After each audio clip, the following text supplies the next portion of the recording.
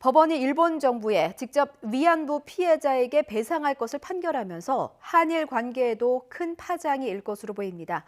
판결이 집행될 경우 일본은 거세게 반발할 것으로 보이는 가운데 양국이 대화로 해결책을 찾아야 한다는 목소리가 나오지만 쉽지는 않을 전망입니다. 보도에 김도원 기자입니다.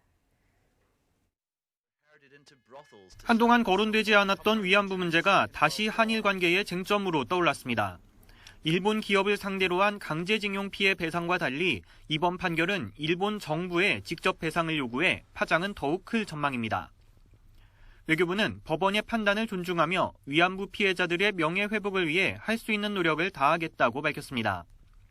다만 한일 간 협력이 계속되길 바란다며 이번 판결의 파장이 최소화하도록 고심하는 분위기입니다.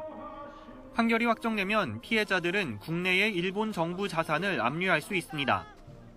이 경우 일본은 강력히 반발할 것이 확실해 강제징용 피해 배상 문제가 해결되지 않은 상태에서 또 다른 악재로 작용할 것으로 보입니다.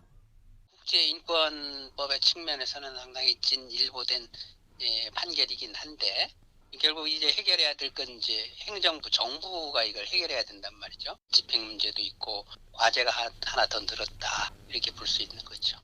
다만 대사관 건물 등 외교 공간은 법적으로 압류가 불가능해 현실적으로 판결을 집행할 자산을 찾기가 쉽지 않을 것으로 보입니다. 일본도 강력히 반발하고는 있지만 그렇다고 국제재판에 나서는 건 오히려 위안부 문제를 더욱 공론화하는 효과를 가져올 수도 있습니다.